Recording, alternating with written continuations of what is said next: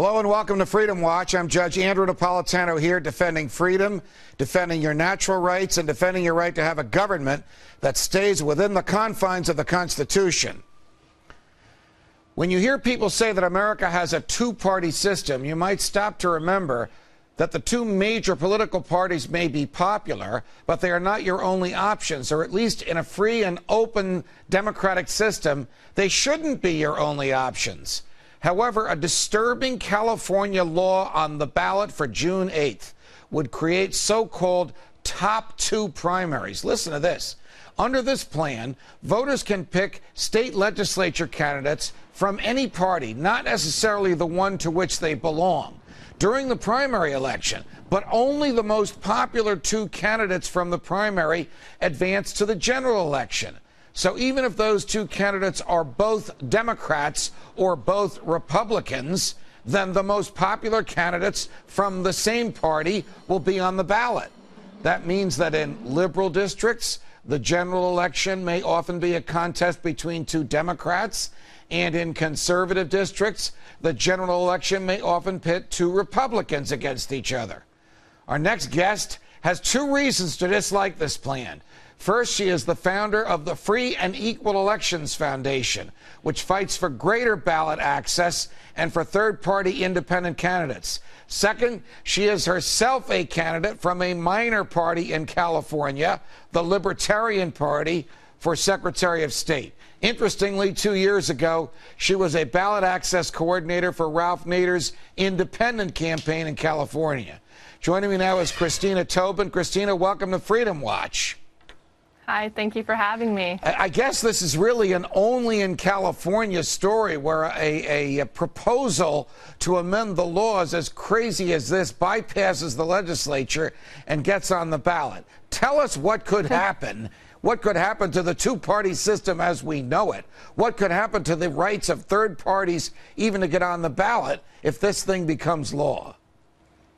If Proposition 14 passes, what it is, only the top two vote getters, as you mentioned, in the primary will advance the general election. It means the two candidates with the most money will be the only ones. It could be two Republicans, two Democrats. Proposition 14 is horrible. The voters in 2004 already turned down Proposition 62. But in any case, the difference between that and 14 is that 14, number one, it doesn't even allow you to count write-in votes. It doesn't count write-in votes. Number two, the Peace and Freedom Party and the Libertarian Party will no longer be qualified parties in California.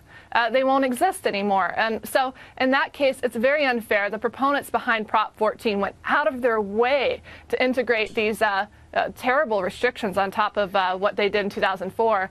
And ultimately, it would cause harm and create Louisiana-style politics if it were to pass here in California during the June 8th primary. Would it apply to all races statewide, or would it apply only to some races? For example, would this affect the election of the governor, the election of United States senators, of members of Congress, of mayors of cities and towns, or just the state legislature?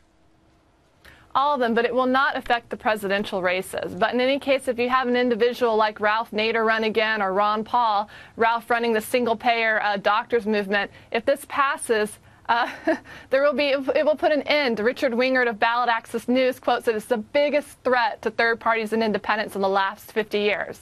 Louisiana-style politics, they've had top two for almost 30 years, from 1978 to 2006. And of all those 30 years, no incumbents were knocked off the ballot. They dropped top two in 2008. 5 incumbents were knocked off the ballot. Right, who's behind this? Who's behind this, Christina, and what is their goal? Is it incumbents from both parties?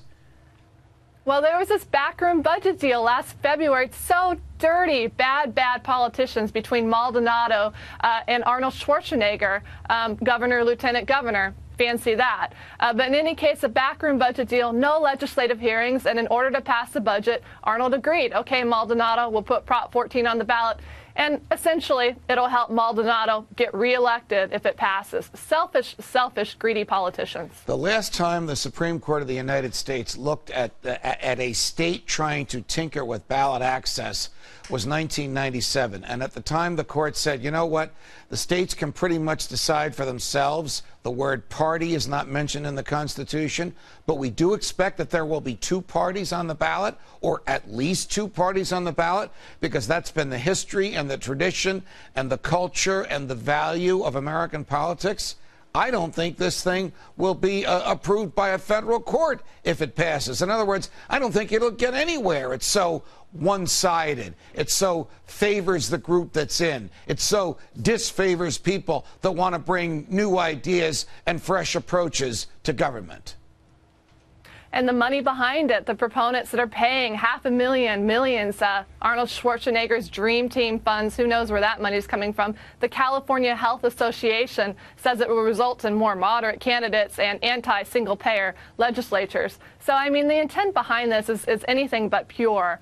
In any case, Prop 14 it's just a predator to the third party's independence and disenfranchise Democrats and Republicans as well. Who would actually vote in the primaries? In other words, could Democrats vote in a Republican primary? Could Republicans vote in a Democratic primary? Are you essentially going to have two general elections, one in the spring to pick the top two and one in the fall to pick the finalist? No, there's just the primary, the general. So basically, two candidates will be chosen. They could be just two Democrats, two Republicans. And for 6 months, there would be campaigning between the two richest candidates. Washington State passed top two in 2008. For the first time since Washington State's been a state since the late 1800s, no third parties or independents advanced the general election. It sterilizes the political cleansing. From 2000 previously to top two, there were 45 third party and independents that tried to run. But when top two passed in 2008, only 12. So it's very bad. Did any court rule on whether or not this is constitutional when the state of Washington did it 2 years ago? According to Richard Winger of Ballot Access News, that's still pending. So whether this is constitutional or not, that's another issue that could create a lot of taxpayers' dollars spent in courts in the future to figure out if this bill, in essence, is constitutional or not, which, in my opinion, it is not. I'm telling you, I'm in full accord with you. It is unconstitutional. I hope there are many challenges to it, even though, as you say, innocent taxpayers' dollars will be spent to defend this monstrosity if it passes. Christina Tobin, thank you for joining us from New York. Thank you. Thank you from New York, defending freedom. Until the next time, stay free, America.